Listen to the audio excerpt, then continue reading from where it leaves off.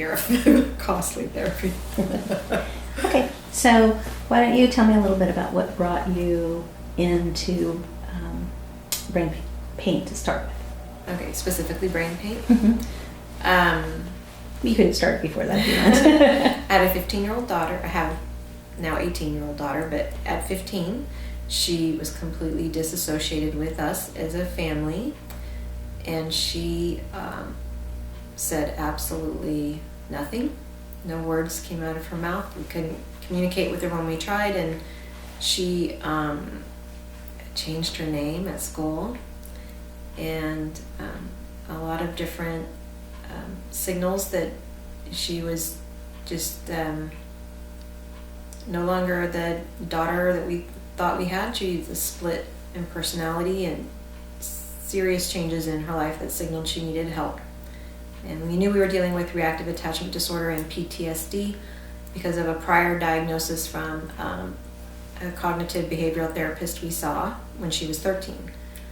And she was quietly stewing and things were building up and we didn't see it coming. So that's what first brought us here. Okay. And I know that you did some attachment work first. Yes, we saw another therapist who also was CBT, and that helped very much. And that therapist, because of her, we were able to determine that our daughter was engaged in self-harm and had thoughts of suicide, which we weren't aware of. And because of that, and getting that getting it out on the table, we started to really dig deeper into what was going on, and that helped us break down some walls for some communication. So much so that our daughter began to tell us random thoughts, random things that she'd never communicated before, of things that had happened in her life that we were unaware of. So it did open the door. I think she did maybe a little bit of dialectal therapy, but just a little bit. But it really wasn't enough, and we weren't involved, and we couldn't participate in it. And so, but it was helpful because obviously we determined that she wanted to hurt herself, and that was frightening. Okay. And so all that brings you here. Mm-hmm. With what specific behaviors were you looking at specifically to address with BrainPaint? Disorganized thoughts. She's, because of the second therapy we went to where we realized she was in self-harm, she was able to finally tell us that she had the feeling of having a dozen television sets on in her mind all at once, and in order to pull information from her brain, she had to figure out which TV it was in her brain, so that she just clearly had too much going on in her mind at once. No sleeping, saying that she didn't have any dreams she could recall, and depression and anxiety, and a little bit of OCD stuff, some habitual behaviors that made her feel at ease, like self-comforting type OCD, and definitely ADD, and also, although that hasn't been specifically diagnosed, I mean, I think we all realize that she had a bunch of that going on. But she also had feelings of regressing to a younger age, and those were all things that were going on up here. And so we decided to help her get her thoughts more organized. It's probably the goal. Mm-hmm. I remember when she first came into therapy, she would, she was a teenager, and she would only sit on the floor and play with little toddler toys, and she did that every session for a long time. Every session, that is true. And at home, what we thought was an annoying behavior of spinning and suddenly acting like infantile, 3 or 4 years of age, we thought she was just being annoying or attention getting. And then because of therapy, we learned that she actually felt like she was looking at the world for the first time as like a 3 or 4 year old. So we weren't aware of that.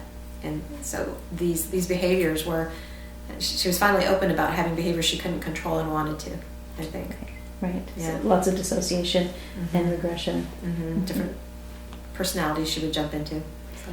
Okay, so that gets us to BrainPaint. She comes in here we've already done some TheraPlay, and we've tried to do some talk therapy and didn't get very far. No. And we decided to embark on some neurofeedback. So when we first started, what did you experience in the first, say, 10, 20 sessions? Immediately, her sleep patterns changed. And she told me that immediately. She slept through the night. She didn't wake up randomly all the time. And she had her first actual vivid dreams that she remembered that weren't scary. And that was the very first thing. She goes, wow, I slept through the night last night. So we kind of marked that as a nice step forward. And because she needed sleep, which can change a lot of patterns and behaviors. So it's hard because there's so many little subtle things. Well, let's go ahead and fast forward then to where she is today. How many sessions has she had about? Oh gosh, we've been doing this, a year maybe? Mm-hmm. A year? A couple times a week for a year. So she's had a lot of sessions. Right. Definitely had a lot of sessions. She says she no longer has a million things going on in her brain at once, which she never wanted to be on medication for in any way because she's afraid it would stifle her creativity. She no longer has feelings of depression that she said are severe. She said now when she feels down, she says she feels like she has a mood to think on. I don't know how to explain it. Like she can kind of talk her way through it on her own without becoming drowning in it, so to say.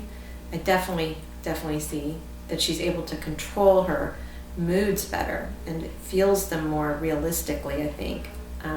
She used to be continuously happy. We either had extreme happiness or complete dissociation, and she had a goal in her life to always be happy no matter what. And I don't know why she chose to do that. It's just what Julie was. That no longer happens. And she's still funny all the time. But not the a natural insistence on constant state of happiness. That's definitely gone. And I had a whole list of wonderful things that have happened because of neurofeedback. I guess our lives have normalized so much that it feels good. And now I'm going to cry because it feels good. It feels like things are just calm, and she's calm. Yeah. And how about that dissociative experience where she would regress and regress and regress? How is that today? Gone. I think one or two times when she's been really stressed out, and this is a stressful time because of college applications, and she had all those SAT tests going on and all that stuff. One or two times I caught her getting hyper, and then I get in a knot because I think, oh, here we go. But it was short-lived. It was maybe 20 seconds of just that little bit of hyperness, and then she'd snap out of it. And the biggest thing that I think we can congratulate neurofeedback for is that she no longer stares in silence with her brain just frozen. And she used to, when we would try to talk and communicate with her, she would close up. She would get what I call shark eyes, just no expression in her eyeballs, or her color of her eyes were gone. And she would rub the bottom of her shoe like this repeatedly until her knuckles bled. And just a distractive sort of thing she would do to take herself out of the situation. And we have not had that one time. Oh, now I'm gonna get all choked up. Yeah, it's a big deal, huh? It's a really big deal. Yeah. It changed her life. It changed her life. She talks. For the first time she talks. And she now hugs me. Sorry. No, I don't be sorry. Well, I know those are she comes up to tears. me before when I would touch her, she would be repulsed by it and just would recoil. And if she wanted to touch me, it would have to be on her terms. And when she touched me, it was always too hard. It was always to almost passive-aggressively hurt me. And now when we need to look at something for school, like a piece of paper, she jumps off the couch, runs behind me, puts her face next to my face and we look at it together. And I know it's genuine. I don't think she doesn't mean it anymore. She's okay with being touched and hugged. My husband tackled her last night on the couch and it was hilarious. And she did no more recoiling from being touched. And she started to say, I love you, for the first time in her life to me. Usually in written form, but it's the first time in her life that she's ever done that. And to tell me why she used to want to hate me so much. And she says, I didn't hate you, Mom. I hated being loved. And so she said that just the other day.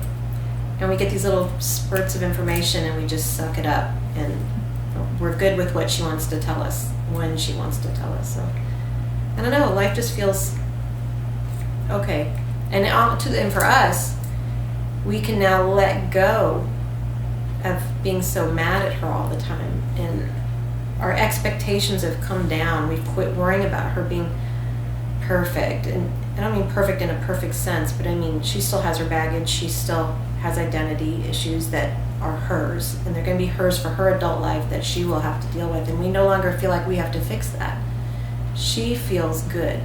And that's all we wanted. Sort of just her feel good.